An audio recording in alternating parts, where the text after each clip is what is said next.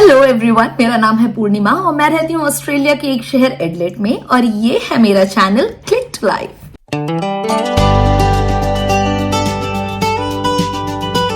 तो हम यहाँ ऑस्ट्रेलिया में आए थे लास्ट ईयर 27 जून 2024 को और अब हमें हो चुके हैं पूरे 1 साल यहाँ ऑस्ट्रेलिया में। और ये 1 साल बहुत अप्स एंड डाउन्स भरे हुए रहे, काफी स्ट्रगल देखा, काफी कुछ यहाँ पे हमने देखा और ये सारी जर्नी आज हम शेयर करने वाले हैं आपके साथ इस वीडियो में। So let's start. तो हम लोग जब यहाँ पे पहली बार आए थे तो देश अलग था, लोग अलग थे, तो कंफर्ट जोन तो कहीं दूर दूर तक नहीं था हमारे लिए। और ऊपर से जब हम लोग आए थे उस टाइम था जून का महीना। जून में हम लोग इंडिया से 45 डिग्री टेम्परेचर से आए थे और यहाँ जैसे हम लोग लैंड करे तो यहाँ पे 7-8 डिग्री टेम्परेचर था और ऊपर से बारिश अलग। जो 12 घंटे के अंदर हमारा जो टेम्परेचर वेरिएशन आया था 45 डिग्री से सीधे 8 डिग्री का, वो बहुत ज्यादा था हमारे लिए। हम तो उसको अडेप्ट ही नहीं कर पा रहे थे स्टार्टिंग में। पर बेस्ट पार्ट ये था कि जब हम यहाँ पे लैंड हुए तो हमें घर के लिए भटकना नहीं पड़ा, क्योंकि हम यहाँ अभी जिस घर में रह रहे हैं वो घर हमने इंडिया से ही बुक कर लिया था।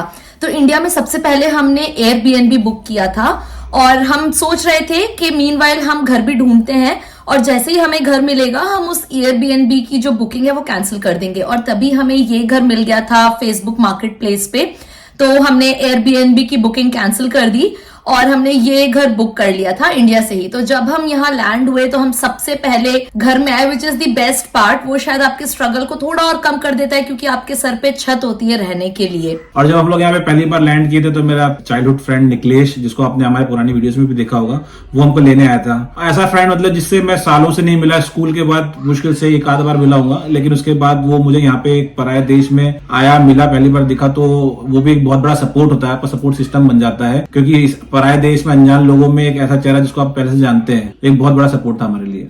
तो हमारे पहला दिन थोड़ा कंफर्ट जोन में निकला क्योंकि निकलेश ऑब्वियसली हमारे साथ थे। हमें मालूम नहीं था कहाँ से चीजें खरीदनी है, कहाँ पे ब्लैंकेट मिलेगी, कहाँ पिलो मिलेगी। तो उन्होंने इस चीज में भी काफी सपोर्ट किया। ऑब्वियसली जब आपका कोई अपना यहाँ पर होता है तो आपका स्ट्रगल थोड़ा सा कम हो जाता है। एंड जब यहाँ पे आपके फैमिली मेंबर्स नहीं होते हैं तो आपके फ्रेंड ही आपकी फैमिली होते हैं। अगर फैमिली है तो वेल एंड गुड, बहुत अच्छी बात है, बट अगर नहीं है तो आपके दोस्त ही आपकी फैमिली होते हैं और आपके स्ट्रगल जर्नी में वो थोड़ा सा एक पार्ट निभाते हैं आपको कंफर्ट जोन में डालने का। हम इतने फॉर्चुनेट है कि हमारा एक ही दोस्त नहीं, हमारा एक और दोस्त है गगनदीप, जिसको भी आपने हमारे पहले वीडियोस में देखा होगा। तो उसने हमको ये घर लेने में पहले तो बहुत हेल्प करी थी, क्योंकि हम लोग तो इंडिया से इसको बुक कर दिया था। उसने आके हमारे लिए इस घर का इंस्पेक्शन किया था, वीडियो कॉल पे हमको पूरा घर दिखाया था और उसी ने हमारे घर पे पहुंचने से पहले ही काफी कुछ ग्रोसरीज, ताकि हमको आए, हमको कुछ चाय नाश्ता कुछ मिल जाए, तो दूध और मैगी इस तरह की चीजें, तो पहले बेसिक चीजें उसने लाके रख दी थी पहले घर में। उनके वजह से हमारा पहला दिन काफी इजी निकल गया, वरना यहाँ पे अनजान देश में किसी को जब जानते नहीं है और बाहर बारिश हो रही है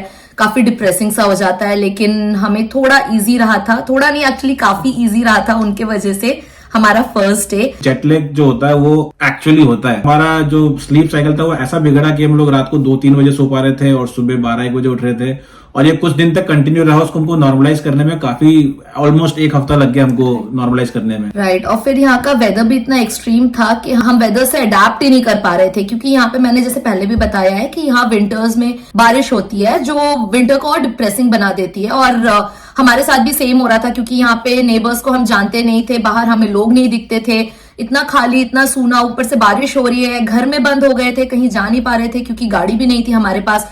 तो वो भी बड़ा अजीब सा और वो भी एक तरीके का स्ट्रगल ही था कि घर में बंद रहना, किसी को जानना नहीं और वेदर भी आपको समझ नहीं आ रहा है कि एक्चुअली हो क्या रहा है। और फिर दूसरा सबसे बड़ा स्ट्रगल था बच्चों के साथ कहीं भी ट्रैवल करना, क्योंकि यहाँ पे जब शुरू में आते हमने बेसिक ग्रोसरी तो ले ली थी, उसके अलावा भी कुछ सामान थे जो हमें लेने थे।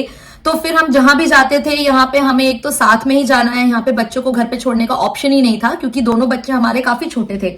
छोटा वाला हमारा 4 साल का था और बड़ा वाला हमारा 8 साल का था। और अनजान देश में बच्चों को घर में अकेला छोड़ भी नहीं सकते हैं, तो जहां भी जाते थे साथ में जाते थे। तो ट्रैवल करने का सबसे बड़ा स्ट्रगल जो था वो था अनुज के साथ, क्योंकि यहाँ पे शुरू में जब हम कैब या टैक्सी बुक करते थे तो वो लोग अनुज को देखते ही सबसे पहला सवाल पूछते थे कि आपके पास बेबी सीट है क्या। और यहाँ पे इतने छोटे बच्चों को बिना बेबी सीट के कोई भी टैक्सी या कोई भी कैब ड्राइवर नहीं बैठाता है।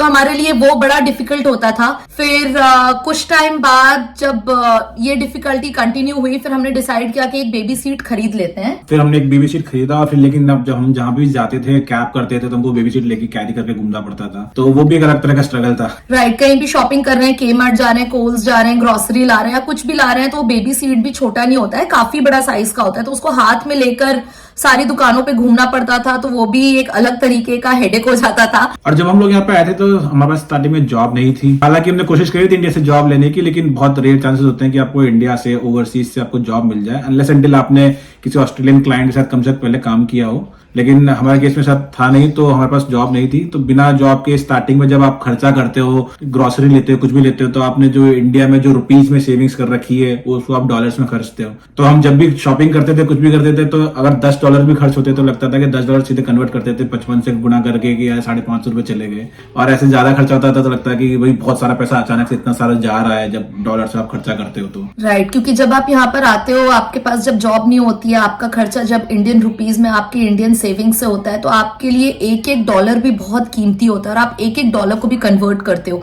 और यहाँ पे जो सबसे बड़ा खर्चा होता है वो होता है घर का रेंट, क्योंकि यहाँ पे घर का रेंट महीने के एंड में नहीं, हर वीक देना पड़ता है। यानी कि यहाँ पे घर का रेंट एक महीने में आपको 4 बार देना होता है।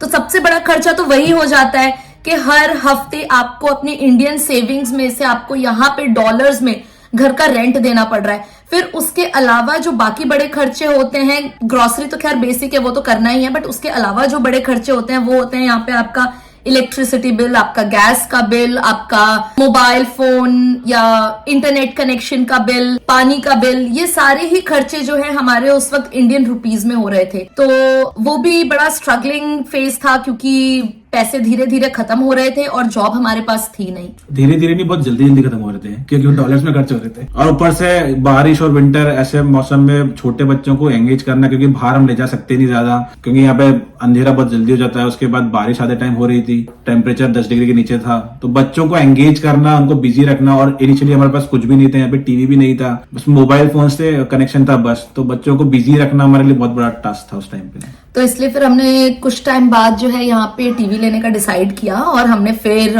फेसबुक मार्केट प्लेस से एक सेकंड हैंड टीवी उठाई, क्योंकि हमें जैसे तैसे बच्चों को भी बिजी करना था और घर बड़ा सूना सूना लगता है जब टीवी नहीं होती है। तो ऑन द अदर हैंड, क्योंकि हम जहां भी जाते थे, जैसा मैंने बताया कि हम लोग कैब और टैक्सी करके जाते थे, तो धीरे धीरे करके जब ज्यादा दिन निकलने लगे और खर्चा धीरे धीरे होने लगा, तो फिर वो टैक्सी और कैब का खर्चा भी हमें थोड़ा सा अखरने लगा, क्योंकि वो महंगा पड़ता है यहाँ पर। फिर हमने ये डिसाइड किया कि ठीक है, नाउ इट्स हाई टाइम, जब हम एक गाड़ी भी ले लेते हैं, क्योंकि जितना खर्चा हम कैब और टैक्सी में कर रहे हैं उतना खर्चा हम अगर एक सेकंड हैंड गाड़ी लेने में कर दें तो हमारे लिए वो भी थोड़ा इजी हो जाएगा। तो फिर हमने यहाँ पे सेकंड हैंड एक गाड़ी ली। हमने 2 महीने के अंदर वो गाड़ी ली थी, क्योंकि यहाँ पे बिना गाड़ी के काम नहीं चल पाता, वो हमको रियलाइज हो गया था स्टार्टिंग के 2 महीने में। और जब आप भी यहाँ पे आओगे तो आप ये बात बहुत कॉमनली रियलाइज करोगे कि यहाँ आने के बाद कार एक बेसिक नेसेसिटी हो जाती है, और यहाँ आने के 1 या 2 महीने बाद आपको कार लेनी ही पड़ती है। मैक्स टू मैक्स आप 2 महीना बिना कार के यहाँ पे निकाल पाओगे, बट 2 महीने बाद आपको या तो सेकंड हैंड कार लेनी पड़ेगी या तो आपको यहाँ पे कार रेंट करनी पड़ेगी। तो हमने भी वही किया, हमने भी एक सेकंड हैंड कार ली ताकि हमारा भी थोड़ा काम इजी हो जाए। और इन सभी चीजों के बीच में हम रोज जॉब्स के लिए भी अप्लाई करते थे, लेकिन वो भी नहीं मिल रही थी। यहाँ पे जॉब मिलना बहुत डिफिकल्ट है। और मीनवाइल हमारी जो भी इंडियन सेविंग्स थी वो भी धीरे धीरे खत्म हो रही थी। और फिर हमें किसी ने सजेस्ट किया कि सिर्फ जॉब अप्लाई करते रहने से कुछ मतलब नहीं है, आप कुछ पार्ट टाइम जॉब भी यहाँ पे ढूंढ सकते हैं, जिनमें 4 घंटा 3 घंटा अगर आपको जॉब मिल जाए, क्योंकि फिर आप डॉलर्स में अर्न करना शुरू करेंगे तो थोड़ा सा जो स्ट्रेस है आपके जो सेविंग्स पे आ रहा है थोड़ा कम हो सके। एक बैलेंस बन जाएगा कि जितना आपका पैसा जा रहा है, अगर उतना नहीं तो अगर उससे थोड़ा कम भी अगर आपके पास आ रहा है तो एक बैलेंस हो जाता है और थोड़ा एक स्मूथनेस बन जाती है। फिर मुझे पता लगा कि इंडियन लाइसेंस पे हम लोग गाड़ी यहाँ पे चला सकते हैं, तो उबर ईट्स पे ऑप्शन मेरे पास करने के लिए, तो मैंने वो करना शुरू किया। क्योंकि नॉर्मल उबर तो नहीं कर सकते थे, उसके लिए आपको 1 साल पुराना यहाँ का लाइसेंस चाहिए होता है, तो वो ऑप्शन नहीं था मेरे पास। लेकिन उबर ईट्स में कर सकता था, और प्लस उसमें फ्लेक्सिबिलिटी रहती है कि आपको जब इच्छा तब करो, जब नहीं करना तब मत करो। जब मैं जॉब्स के लिए अप्लाई नहीं करता था उस टाइम पे मैं उबर ईट्स भी कर लिया करता था। और ये भी एक बहुत अलग तरीके का स्ट्रगल होता है, क्योंकि अमर इंडिया में सीनियर मैनेजर की पोस्ट पे रहे हैं और फिर यहाँ पर आकर सडनली फूड डिलीवरी का काम करना, तो ये एक बहुत अलग तरीके का स्ट्रगल स्ट्रगल होता है, हर कोई ये नहीं कर सकता है, क्योंकि कभी कभी लोगों का ईगो सामने आ जाता है कि यार मैंने तो इस पोस्ट पे जॉब की, अब यहाँ पे मैं फूड डिलीवरी क्यों करूं। बट जब आपके साथ फैमिली होती है, बच्चे होते हैं और आपको मालूम है कि आपको उनको पालना है, सर्वाइव करना है विदेश में आके और सारे खर्चे भी निकालना है, तो सब ईगो वगैरह सब साइड रखना होता है और आपको हर तरीके का जॉब यहाँ पे करना पड़ता है, जो भी सर्वाइवल जॉब्स हैं। और यहाँ आने के बाद ये रियलाइज हुआ कि कोई भी जॉब छोटा या बड़ा नहीं होता, अनटिल अनलेस उन जॉब से आपका घर चल रहा है, वो जॉब आपके लिए सब कुछ है। मैं तो यही कहूंगा कि मेरे लिए काफी हम्बल एक्सपीरियंस रहा वो काम करना, क्योंकि यहाँ पे जो है लोगों को स्टीरियोटाइप नहीं किया जाता काम को लेके, जो जितनी मेहनत करता है उसको उतनी रेस्पेक्ट मिलती है यहाँ पे, अनलाइक इंडिया। तो यहाँ पे ये चीज काफी अच्छी लगी मुझे कि आप जितने हाथों से जो काम कर रहे हो, मेहनत कर रहे हो, आपको उतनी ही रेस्पेक्ट मिलेगी यहाँ पे। तो यहाँ पे सारे काम को इक्वली देखा जाता है। और मैं तो यही कहूंगा कि जो उबर ईट्स वाला काम है वो भी कोई आसान काम नहीं होता, उसमें भी काफी स्ट्रगल करना पड़ता है, क्योंकि आपको पता नहीं कि दिन में डेली कितना ट्रैवल करना पड़ जाएगा।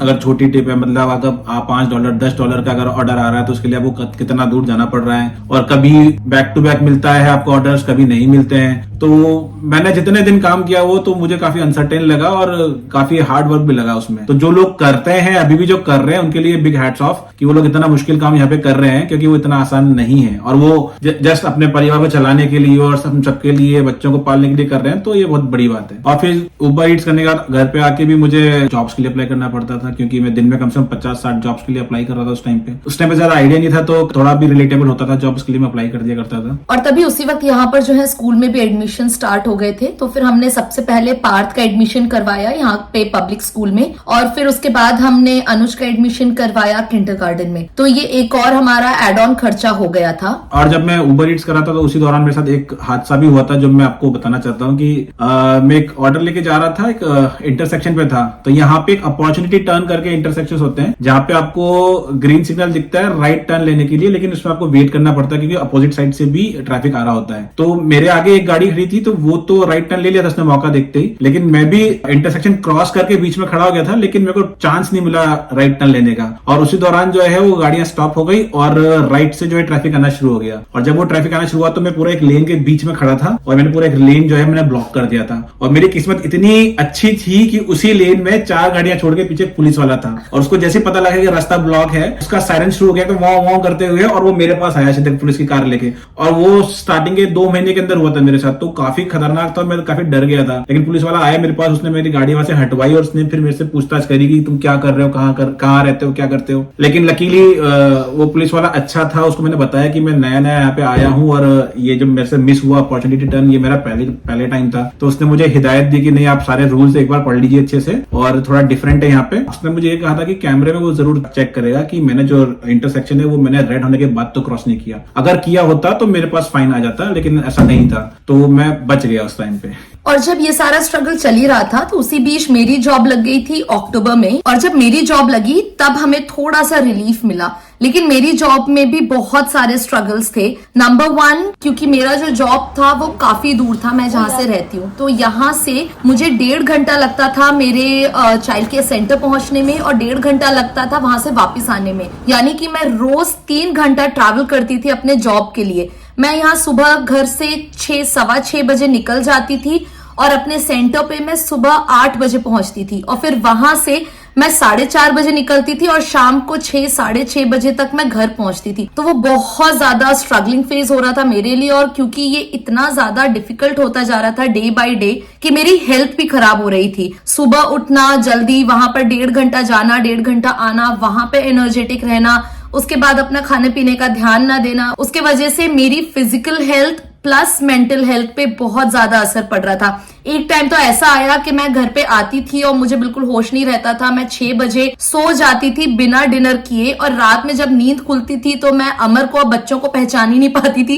कि ये लोग कौन है जो मेरे घर में है। मुझे लगता था कि कोई इंपॉर्टेंट होंगे शायद, इसीलिए यहाँ पे सो रहे हैं, और मैं दोबारा सो जाती थी। मतलब मेरी मेंटल हेल्थ इतनी अफेक्ट हो रही थी इस जॉब के वजह से। जॉब डिफिकल्ट नहीं था, बट जो ट्रैवलिंग टाइम था वो मेरे लिए काफी डिफिकल्ट हो रहा था, और उसके वजह से मेरा फिजिकल और मेंटल हेल्थ दोनों ही अफेक्ट हो रहा था। प्लस क्योंकि यहाँ पे जो चाइल्ड केयर होता है वो काफी डिफरेंट होता है। ये मेरा फर्स्ट जॉब था, तो जब मैं इस जॉब में गई तो यहाँ पे एक तो वर्क कल्चर बहुत डिफरेंट था, समझने में मुझे काफी टाइम लगा। यहाँ पे लैंग्वेज जो है भले इंग्लिश बोलते, बट देन एक्सेंट इतना डिफिकल्ट होता है पेरेंट्स का प्लस आपके को वर्कर्स का कि आपको समझने में थोड़ा सा टाइम लगता है। तो भले ही जॉब लग गई थी, काम चल रहा था, पर मेरे लिए वो बहुत डिफिकल्ट और बहुत ही स्ट्रगलिंग फेज चल रहा था। और जिस टाइम पे ये अपना चाइल्ड केयर जॉब कर रही थी, उस टाइम पे सुबह बच्चों को स्कूल छोड़ता था मैं, उसके बाद जो टाइम मिलता था उस टाइम पे मैं अपना उबर ईट्स कर लिया करता था, और उसके बाद वापस बच्चों को स्कूल से लाके और फिर शाम को घर पे बैठ के फिर मैं अपना जॉब्स के लिए अप्लाई किया करता था। लेकिन फिर जब मेरी एनर्जी जो ड्रेन होने लगी थी, फिर इट वॉज हाई टाइम जब मैंने अमर को बोला कि अब आप ये उबर ईट्स छोड़ो, जो भी एक्स्ट्रा अर्निंग हो रही है हम मैनेज कर लेंगे, जैसे भी है थोड़ा खर्चा कम करेंगे, मैनेज कर लेंगे, बट मैं जो भी स्ट्रगल कर रही हूँ वो सिर्फ इसीलिए कर रही हूँ ताकि आप घर पे बैठ के अपनी फील्ड में अच्छी जॉब्स के लिए अप्लाई कर सको। और तब फिर अमर ने उबर ईट्स छोड़ी और वो फिर फुल टाइम अपना जॉब के लिए अप्लाई करते थे। फिर मैंने थोड़ा स्पेसिफिकली सेलेक्टिवली मैंने जॉब सर्च चालू करा, और उसके बाद मैं दिन में 3 या 4 से ज्यादा जॉब्स के लिए अप्लाई नहीं करता था, क्योंकि उसके बाद मेरे को थोड़ा प्रोसेस समझ में आने लग गया था। तो मतलब अनलाइक की रैंडमली आप 50 जॉब्स के लिए अप्लाई कर रहे हैं, उसके बाद मैं काफी सेलेक्टिव होकर जॉब्स सर्च करता था। प्लस उसके बाद मुझे कॉल्स भी आने लग गए थे, तो होपफुल थे कि जल्दी जॉब मिल जाएगी। और फिर इसी के साथ 5 महीने मुझे हो गए थे यहाँ पे विदाउट जॉब, और फिर नवंबर आ गया यहाँ पे। और नवंबर का जो टाइम होता है यहाँ पे काफी स्लो डाउन का टाइम होता है, क्योंकि क्रिसमस आने वाला होता है। उस टाइम पे काफी जो जॉब मार्केट स्लो हो जाता है, ऑलमोस्ट पॉज हो जाता है, रिक्रूटमेंट्स ऑलमोस्ट रुक जाते हैं, नए रिक्रूटमेंट होते नहीं है। हालांकि मेरे पास इंटरव्यू कॉल्स आ रहे थे, लेकिन यहाँ का जो जॉब मार्केट है और जो रिक्रूटमेंट प्रोसेस है कंप्लीटली डिफरेंट है एज कम्पेयर टू इंडिया। यहाँ का प्रोसेस काफी स्लो है, यहाँ का रिक्रूटमेंट 2 महीने 3 महीने तक चलता है लंबा। तो अगर आपको कॉल भी आ गया, आपका इंटरव्यू भी हो गया, तो आपको सडनली 1 या 2 हफ्ते बाद आपको पता नहीं लगता। यहाँ पे आपको महीने तक लग जाता है कि आपका सेकंड राउंड इंटरव्यू कब होगा। और ऐसा ही मेरे साथ हुआ था कि मेरे को इंटरव्यूज तो आ गए थे नवंबर में, लेकिन जॉब श्योरिटी नहीं थी, और नेक्स्ट इंटरव्यू नेक्स्ट डेट जो थी वो भी मेरे को नहीं मिल रही थी। और उसके बाद जब ये क्रिसमस हॉलीडेज आए तो वो पूरा प्रोसेस रुक गया था, तो काफी अनसर्टेनिटी हो गई थी, और हमको टेंशन और स्ट्रेस भी ज्यादा हो गया था, क्योंकि हमको पता था कि जनवरी मिड तक हमको ऐसे ही निकालना पड़ेगा, क्योंकि तब तक तो कोई चांस है नहीं आगे कम्युनिकेशन मिलने का। लेकिन फिर उसके बाद यह क्रिसमस वाला टाइम हमने निकाला, और जनवरी के बाद मेरे को दोबारा से फिर जब जॉब मार्केट उठने लगा तो मेरे को कॉल्स आए और लोगों ने वापस कॉल बैक किया मुझे, और फिर फाइनली मुझे फरवरी में जाके सेकंड राउंड के बाद, थर्ड राउंड के बाद जो है फाइनली जॉब मिली, जो मैंने फेब में ज्वाइन करी। और जैसा कि मैंने बताया कि मैं काफी ट्रैवल करती थी मेरे जॉब के लिए, तो जब अमर की ज्वाइनिंग थी फेब में, उसी से पहले जो है मैंने अपनी मैनेजर से रिक्वेस्ट किया था कि मेरे घर के पास में जो सेंटर है उसमें मुझे इंटरनल ट्रांसफर दे दें, क्योंकि वहां पे रिक्वायरमेंट भी थी एडुकेटर की। तो मैंने भी जो है पास के ही सेंटर में इंटरनल ट्रांसफर ले लिया था, और हम दोनों का सेम डे ज्वाइनिंग डे था। और एक और चीज जो हमने ऑब्जर्व करी थी यहाँ पे जॉब्स के लिए, कि यहाँ पे ड्राइविंग लाइसेंस कंपलसरी मांगते हैं मोस्टली जॉब्स में। तो जब तक हमको जॉब नहीं मिली थी और जो नवंबर दिसंबर वाला टाइम आया, तो मैं सोचा कि उस टाइम को यूटिलाइज करके क्यों ना लाइसेंस ले लिया जाए। फिर वो मैंने नवंबर के टाइम पे मैंने अपना लाइसेंस क्लियर करा, ताकि मैं जिन भी जॉब्स के लिए अप्लाई कर रहा हूँ वहाँ पे मैं अपना लाइसेंस दिखा पाऊँ। फिर फाइनली नवंबर एंड तक मुझे अपना लाइसेंस मिल गया था। फिर मैंने भी जो है ड्राइविंग क्लासेस यहाँ पे स्टार्ट की, एग्जाम दिया, ड्राइविंग टेस्ट दिया, और फिर थैंकफुली वो भी क्लियर हो गया। तो जब अमर की भी जॉब लगी और मैंने भी जब पास में ही यहाँ पे ट्रांसफर ले लिया, तब चीजें थोड़ी सी स्मूथ हुई। बट हमारे पास उस वक्त एक ही गाड़ी थी, जो मैंने आपको बताया कि हमने सेकंड हैंड कार जो ली थी, हमारे पास उस वक्त वही कार थी। तो वो कार अमर लेकर जाते थे उनके ऑफिस के लिए, और मैंने क्योंकि जो है पास वाले सेंटर में ट्रांसफर ले लिया था, तो मेरा यहाँ से सेंटर तक की जर्नी बाय बस सिर्फ आधे घंटे की जर्नी थी। तो मैं बस से जाती थी। मॉर्निंग में अमर बच्चों को स्कूल ड्रॉप करते थे, और वापस आते वक्त मैं बच्चों को स्कूल से पिक करके और फिर आती थी। तो ऐसे जो है मैनेज हो रहा था, और काफी टाइम तक काफी सही मैनेज हुआ। और लकीली मेरी जो जॉब थी वो मुझे अपनी ही फील्ड में मिल गई थी, लेकिन उस जॉब में थोड़ा ऐसा था कि मुझे ऑन साइट जाना पड़ता था बीच में कमिश्निंग्स के लिए। तो मुझे पता था कि मैं आने वाले टाइम में ट्रैवल करना पड़ेगा बहुत ज्यादा, तो इसलिए हम लोगों ने पहले से प्लान करके पूर्णिमा की मम्मी को हमने यहाँ पे बुलवा लिया था, क्योंकि उस टाइम पे जब मैं आउटर स्टेट जाता था तो वो 14 डेज के लिए जाता था, 14 डेज के लिए वहां काम करते थे, फिर 1 वीक के लिए वापस आते थे, फिर वापस 14 डेज के लिए जाते थे, जब तक कि पूरा कमिश्निंग प्रोसेस कंप्लीट ना हो जाता। और ऐसा 3 महीने तक चला था, जब अमर को ऑन साइट जाना पड़ता था 2 हफ्ते के लिए, और वो सिर्फ 1 हफ्ते के लिए यहाँ पे आते थे। बट क्योंकि मेरी मदर यहाँ पे आ गई थी, तो हमारा वो स्ट्रगलिंग फेज भी थोड़ा स्मूथली निकल गया था, क्योंकि अगर मेरी मदर यहाँ पे नहीं होती तो फिर मुझे जॉब छोड़नी ही पड़ती, क्योंकि फिर मैनेज नहीं हो पाता। मैं अकेले बच्चों को स्कूल भी छोड़ना है, जॉब भी करनी है, सारी चीजें मैनेज नहीं हो पाती जब अमर साइड पर जाते। बट क्योंकि मम्मी यहाँ पे थी, तो वो चीज लकीली स्मूथली निकल गया वो फेज। और फिर मम्मी का जो है वीजा, हमने 3 साल का वीजा करवाया है, पर मम्मी यहाँ पे सिर्फ 3 महीने के लिए आई थी। बट देन अचानक से अमर को पता चला कि उन्हें दोबारा साइट पर जाना है, तो फिर हमने मम्मी को रोका और वो यहाँ पे, क्योंकि सिर्फ 3 महीने के लिए आई थी, बट सिर्फ हमारे कहने पर वो यहाँ 3 और महीना रुकी। तो जो नेक्स्ट 3 महीने जो हमने एक्सटेंड किया था, वो लकीली मेरी जो और जो साइट विजिट्स थी उस टाइम पे वो कवर हो गई थी, तो वो टाइम भी हमारा निकल गया। और हमारा पहले ये डिसाइडेड था कि जब अमर को जॉब मिल जाएगी तो मैं थोड़ा ब्रेक लेकर किसी और फील्ड में और अपनी ही फील्ड में मैं जॉब ढूंढूंगी। तो जब अमर की जॉब लग गई थी, मम्मी भी यहाँ पे आ गई थी, तब फिर हमने ये डिसाइड किया कि अब मैं ये जॉब क्विट करके थोड़ा ब्रेक लेकर और फिर मैं कोई दूसरी फील्ड में जॉब ढूंढूंगी। तो फिर मैंने उस वक्त जो है जून में मैंने चाइल्ड केयर की जॉब छोड़ दी थी और फिर दूसरी जॉब ढूंढने के लिए मैंने सर्च करना स्टार्ट किया। तो आई वॉज फॉर्चुनेट इनफ कि 1 साल के अंदर मुझे 2 जॉब्स करने का मौका मिला। पहली job as a child educator और दूसरी जॉब एज सेल्स कंसल्टेंट। और अमर की भी जॉब लग गई और अमर की उन्हीं के फील्ड में जॉब लगी। तो अगर हम पहले दिन से कंपेयर करें हमारा स्ट्रगल, तो अब चीजें काफी हद तक ठीक हो गई हैं। और जब मैं पूरा 1 साल ये रिकॉल करता हूँ, जब मैं सोचता हूँ कि हम जब यहाँ पे आए थे, मेरे पास जॉब नहीं थी 8 महीने, और मैंने इनिशियली यहाँ पे फूड डिलीवरी का काम करा। हालांकि इंडिया में मैं सीनियर मैनेजर की पोस्ट पे जॉब करता था, गवर्नमेंट जॉब थी मेरे पास, लेकिन यहाँ पे आके मैंने ये सब काम शुरू करा जस्ट फॉर द सर्वाइवल। और पूर्णिमा ने भी काफी स्ट्रगल किया जब वो अपना चाइल्ड केयर एजुकेटर का जॉब कर रही थी, और हमारे बच्चों ने भी काफी स्ट्रगल वाला टाइम देखा, क्योंकि जो फेज था वो हम लोग वहाँ पे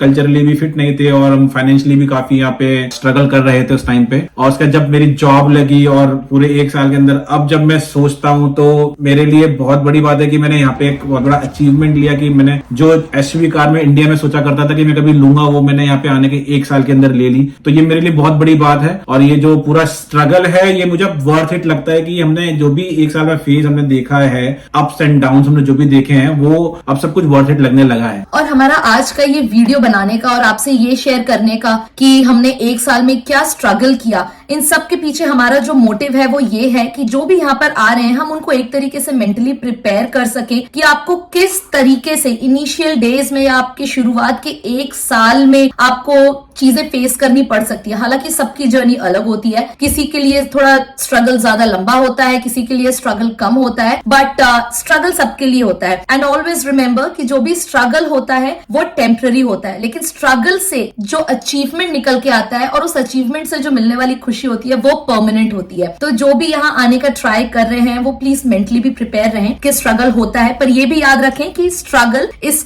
टेम्पररी। बस आप अपनी कोशिश करते जाएं, जैसे मैंने अपने पिछले वीडियो में भी बोला था, और आपको जो आप सपने लेकर आए हैं वो आज नहीं तो कल जरूर पूरे होंगे। और रही जॉब की बात, तो जो हमारे दोस्तों ने हमें बोला था कि सूनर और लेटर सबको जॉब मिल जाती है, पर आपका ये जो स्ट्रगल फेस है इसे इंजॉय भी करो, क्योंकि एक बार अगर जॉब मिल गई तो उस फेस को इंजॉय करने के लिए आप तरसोगे। इसी के साथ मैं आज का ये वीडियो यहाँ पे एंड करूंगी। आई होप आपको ये वीडियो अच्छा लगा हो, और अगर आपको ये वीडियो अच्छा लगा है तो इस चैनल को सब्सक्राइब जरूर करना, क्योंकि हम ऐसे ही और बहुत सारे इंफॉर्मेशनल वीडियोस लाते रहेंगे। और इस वीडियो को लाइक और शेयर करना। अगर आपका कोई भी क्वेश्चन है तो हमें कमेंट करके जरूर बताना। हम अब आपसे मिलेंगे हमारे नेक्स्ट वीडियो में। Till then stay safe, stay healthy, bye. तो हम लोग जब यहाँ पे पहली बार आए थे तो देश अलग था, लोग अलग थे, तो कंफर्ट जोन की तो कोई बात नहीं होती, क्योंकि दूर दूर तक नहीं था वो, तो अटक गया ना। तो हम लोग जब सबसे पहले यहाँ पर आए थे तो देश अलग था, लोग अलग थे, तो कंफर्ट जोन की तो कोई बात ही नहीं होती। ठीक है ना। तो आपने बोला पुलिस वाला पुलिस की गाड़ी लेकर आए, तो पुलिस वाला किस गाड़ी लेके आएगा? तो ये इसमें बोलने वाली क्या बात है, पुलिस वाला पुलिस की गाड़ी लेकर आए। हाँ, तो ऐसे ही बोलते हैं ना।